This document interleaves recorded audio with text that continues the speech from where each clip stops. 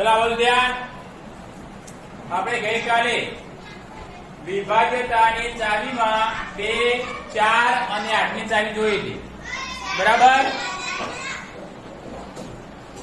2 ની ચાવીમાં શું યાદ રાખવાનું? એકમનો. 4 ની ચાવીમાં એકમનો દશકનો. અને 8 ની ચાવીમાં સરસ. ઓકે, બરાબર. આજે 3 ની ચાવી છે 6 ને 9 અને 18. જેમ 2, 4, 8 ને આપણે યાદ રાખી એ જ રીતે આજે 3, 6, 9 અને 18 3 ની ચાવી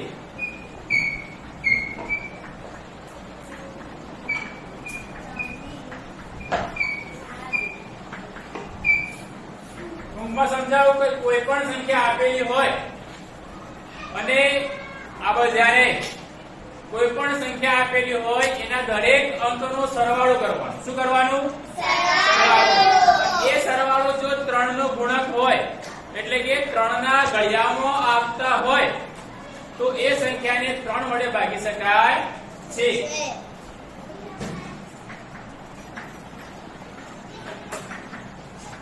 આપેલ સંખ્યાના દરેક અંકનો સરવાળો 3 નો ગુણક હોય. તો કેવી રીતે? આવું ધ્યાન.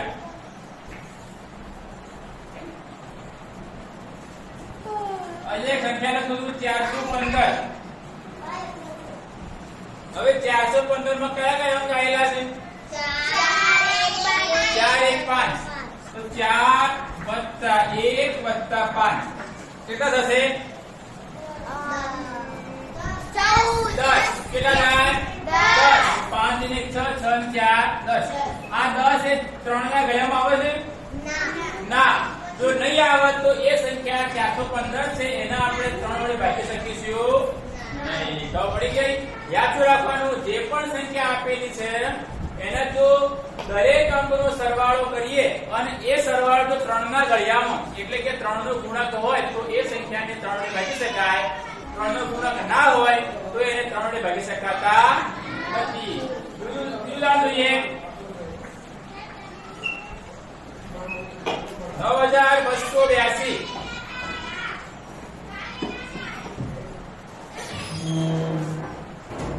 9282. એ દરેક અંક કેટલા છે? 9 + 2 + 8 + 2. કેટલો સરવાળો? 9 ને 2 11 ને 8 11 ને 8 19 19 ને 2 19 ને 22 થાય. બોલ વિચારો મગજથી. 9 ને 2 11 11 ને 8 19 19 ને 2 21 21 એ 3 ના ઘડિયામાં આવશે. હા દે દે.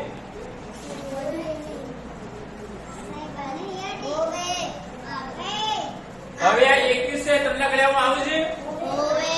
હા. તો એ 3 સીધા 21 જો 3 ના ઘડિયામાં 21 સરવાળો આવતો હોય તો આ જે સંખ્યા છે એના 3 વડે નિશેષ ભાગી શકાય. તો આપણે કે 3 ની ચાવીમાં એક સંખ્યા પછી એકી હોય કે બેકી હોય એને કોઈ લેવા દેવા છે નહીં. તો પડી યાદ રહેશે. 3 ની ચાવી બોલો તો જે સંખ્યાના દરેક અંકનો સરવાળો 3 નો ગુણક હોય તો તે સંખ્યાને 3 વડે નિશેષ ભાગી શકાય. આ વાત થઈ 3 ની ચાવી. હવે હું એક સંખ્યા લખું છું એને 3 વડે ભાગી શકાય કે ના ભાગી શકાય એ મને જવાબ આપજો. બરાબર?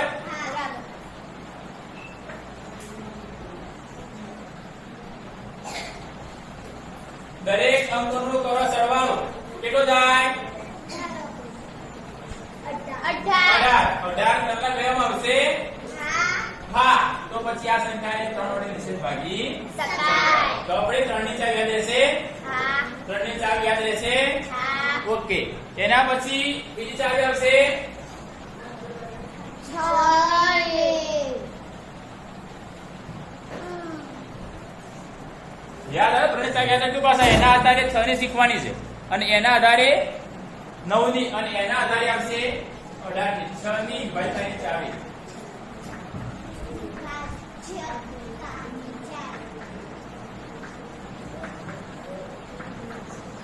હવે 3 ની ચાવી શું કહેતી હતી આપણને 3 ની ચાવી કઈ હતી દરેક અંકનો સરવાળો જો 3 નો ગુણક હોય તો તે સંખ્યાને 3 વડે ભાગી શકાય 6 ની ચાવી શું કહે છે કે જે ચાવીને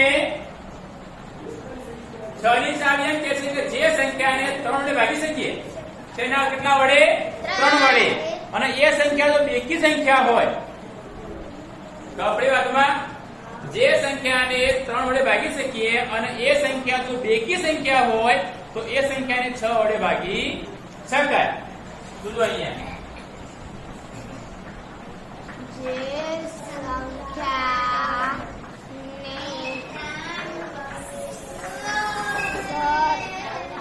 સંખ્યાને ફોન આવ્યો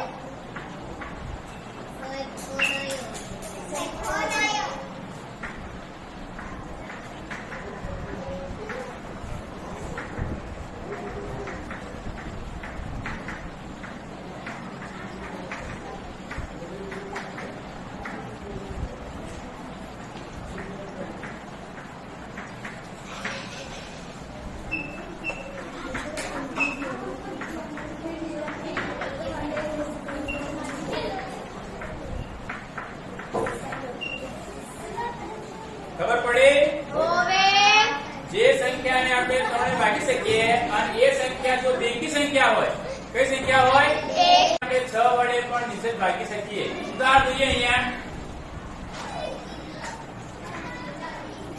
કયા સંખ્યા જુઓ કયા સંખ્યા એકી છે કે બેકી છે બેકી કેમ કે એકમમાં 2 છે હવે આને 3 વડે ભાગી શકાય ના તો 3 વડે ભાગી ના શકાય તો 6 વડે ભાગી શકાય ઓકે કેન્સલ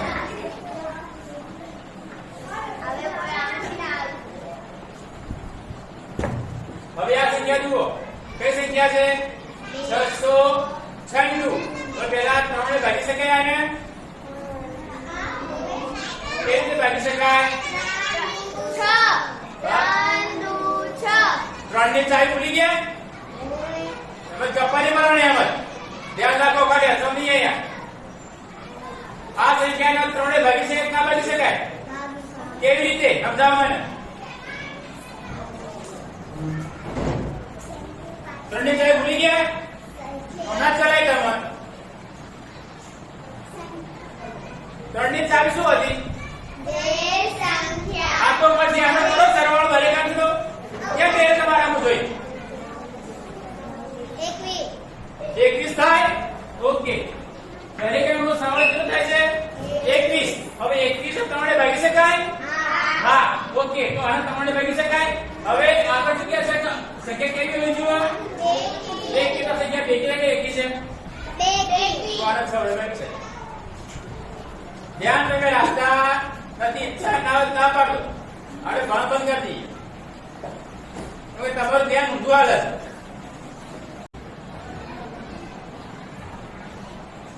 જે રીતે 3 ની શીખ્યા ને એ રીતે 9 ની જે રીતે 3 ની શીખ્યા એ રીતે 9 ની 3 ની ચાવી શું હતી દરેક અંકનો ગુણો આપણે લાંબીને દરેક અંકનો સરવાળો 3 નો ગુણક 9 ની ચાવી સેમ દરેક અંકનો સરવાળો 9 નો ગુણક ખબર પડી દરેક અંકનો સરવાળો 9 નો ગુણક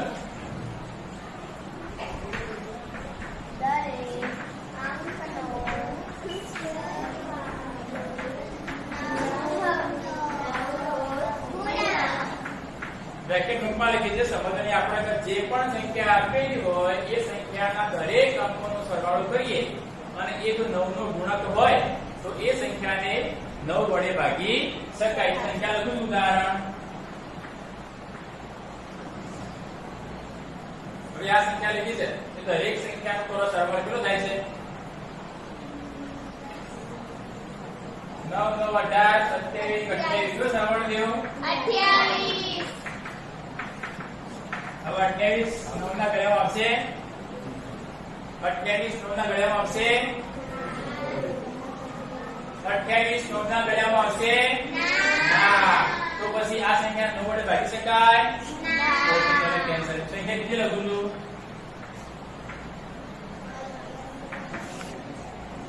6 વત્તા 9 વત્તા 3 વત્તા 9 કેટલા થાય? કેટલા થાય?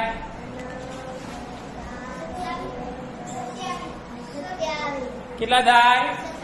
27. તો 27 9 ના ગળામાં આવશે તો આ સંખ્યાને 9 વડે ભાગી શકાય છે. ખબર પડી? પડી ખબર? આ રે 9 ને 4. હવે 3 ની અને 6 ની ભેગી હતી ને એ રીતે 9 અને 18 ની ભેગી છે. હવે 18 ને ચાવી બેકી સંખ્યા હોય અને 9 વડે ભાગી શકાતી હોય. ખબર પડી?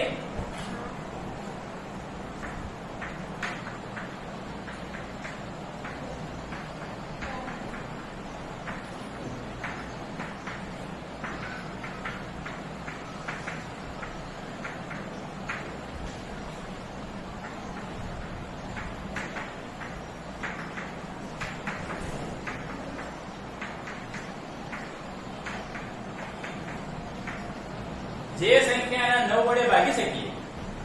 કેટલા વડે? 9 વડે. અને એ સંખ્યા જો બેકી સંખ્યા હોય તો એ સંખ્યાને 18 વડે પણ ભાગી શકાય. 3 અને 6 ની ચાવી ભેગી હતી 3 વડે ભાગી શકાય અને એ સંખ્યા બેકી હોય તો 6 વડે ભાગી શકાય, 9 વડે ભાગી શકાય અને એ સંખ્યા બેકી હોય તો એને 18 વડે પણ ભાગી શકાય. ઉદાહરણ જોઈએ આપણે 1881. હવે સૌથી પહેલા 9 વડે ભાગી શકાય આને? 9 ને ચાવી શું હતી? દરેક અંકનો સરવાળો 9 નો ગુણક હોવું જોઈએ. તો 9 નો ગુણક છે એનો 8 ને 1 9, 8 ને 1 9 18 થાય છે. બરાબર? હવે બેકી સંખ્યા છે નથી તો આને 18 વડે ભાગી શકાય નહીં. અંક ફેરફાર કરી દઈએ આપણે. તો આને કેટલો છે સરવાળો? 8 ને 1 9, 8 ને 1 9 9 નો 18. 18 એટલે 9 વડે ભાગી શકાય. બરાબર? હવે 9 વડે ભાગી શકાય છે તો આ સંખ્યાનો એકમ નો કયો છે? 8. 8 એકી છે કે બેકી છે? એકી. તો એ સંખ્યા બેકી હોય તો એને 18 વડે ભાગી શકાય. એકી સંખ્યા હોય તો 18 વડે ભાગી શકાતી નથી. 3 ની ચાવી આવડે એ જ રીતે 6 ની ચાવી આવડે, 6 ની ચાવી આવડે એ જ રીતે 9 ની ચાવી આવડે એ જ રીતે 18 ની ચાવી. એટલે 3 અને 6 બે ભેગા છે 9 અને 18 બે ભેગા. 3 × 6 9 × 18. તો પડી ગઈ. જે સંખ્યાના 18 વડે ભાગી શકાય, જે સંખ્યાને 18 વડે ભાગી શકાય એને 9 વડે પણ ભાગી શકાય, એને 6 વડે પણ ભાગી શકાય, એને 3 વડે પણ ભાગી શકાય. સમજ્યા વાત ને? જે સંખ્યાને 18 વડે ભાગી શકીએ એને 9 વડે પણ ભાગી શકાય, એને 6 વડે પણ ભાગી શકાય અને એને 3 વડે પણ ભાગી શકાય. જે સંખ્યાને 9 વડે ભાગી શકીએ આપણે, કઈ સંખ્યા? 9 વડે. જે સંખ્યાને 9 વડે ભાગી શકીએ એને 6 વડે ભાગી શકાય. ભાગી શકાય? એ 100% ભાગી શકાય નહીં.